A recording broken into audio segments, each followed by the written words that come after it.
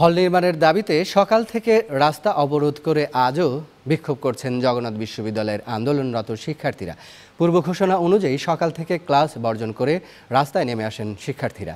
আগামী শুক্রবার দেশের বরেণ্য শিক্ষাবিদ, শিক্ষক, বুদ্ধিজীবী ও বিভিন্ন শ্রেণী পেশার ব্যক্তিদের নিয়ে কেন্দ্রীয় শহীদ মিনারে গণসংহতি সমাবেশের কর্মসূচি দেওয়া হয়েছে।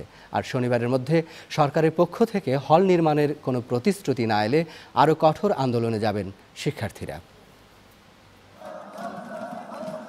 পূর্ব ঘোষণা অনুযায়ী সকাল ৯টার পর হল নির্মাণের দাবিতে জগন্নাথ বিশ্ববিদ্যালয়ের আন্দোলনরত শিক্ষার্থীরা বিশ্ববিদ্যালয়ের প্রধান ফটকের সামনে এসে জড়ো হয়। প্রথমে ক্যাম্পাসে বিক্ষোভ মিছিল শেষে তারা রায় সাহেব বাজার মোড় ও তাঁতিবাজার মোড় অবরোধ করেন। পরে আশেপাশে বিভিন্ন সড়ক ঘুরে কয়েক ভাগে ভাগ হয়ে পল্টন মোড় ও প্রেস ক্লাবের সামনে রাস্তা অবরোধ করে শিক্ষার্থীরা।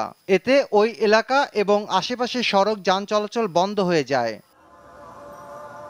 পল্টনে রাস্তার ওপরে টায়ার জ্বালিয়েও বিক্ষোভ করে শিক্ষার্থীরা। তাদের মুহুর্মুহু স্লোগানে প্রকম্পিত হয় গোটা এলাকা।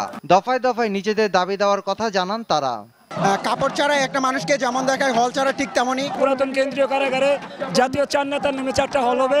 এই দাবি অর্জন করে আমরা এই রাজপথ ছেড়ে আবার ক্লাসে ফিরব। দুপুর 1টার পর শিক্ষার্থীরা অবরোধ তুলে নেয়। এছাড়া শুক্রবার কেন্দ্রীয় শহীদ মিনারে সব পাবলিক বিশ্ববিদ্যালয়ের শিক্ষক শিক্ষার্থীদের নিয়ে গণসংহতি সমাবেশের ঘোষণা দেয়। শুক্রবারের মধ্যে যদি আমাদের ন্যায্য দাবি পূরণ না করা হয়, আমরা রবিবার থেকে কঠোর থেকে আরো কঠোর আন্দোলন চলে যাব। এই সময়ের মধ্যে দাবি আদায় না হলে আরো কঠোর আন্দোলনের হুঁশিয়ারি দিয়েছেন শিক্ষার্থীরা।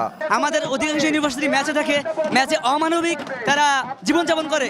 আমাদের দাবি এখন জগন্নাথ বিশ্ববিদ্যালয়ের ছাত্রদের দাবি নয়, এটি জগন্নাথ বিশ্ববিদ্যালয়ের পরিবারের দাবি। অধিকার হল আদায় না করে আবাসিক হলের দাবিতে বিশ্ববিদ্যালয়টির শিক্ষার্থীদের এই আন্দোলন দীর্ঘদিনের। সম্প্রতি ঢাকা কেন্দ্রীয় কারাগার কেরানীগঞ্জে সরিয়ে নেওয়া হলে পরিত্যক্ত কারাগার এলাকায় হল নির্মাণের দাবিতে গত 3 সপ্তাহ ধরে আবারও সোচ্চার হয় শিক্ষার্থীরা।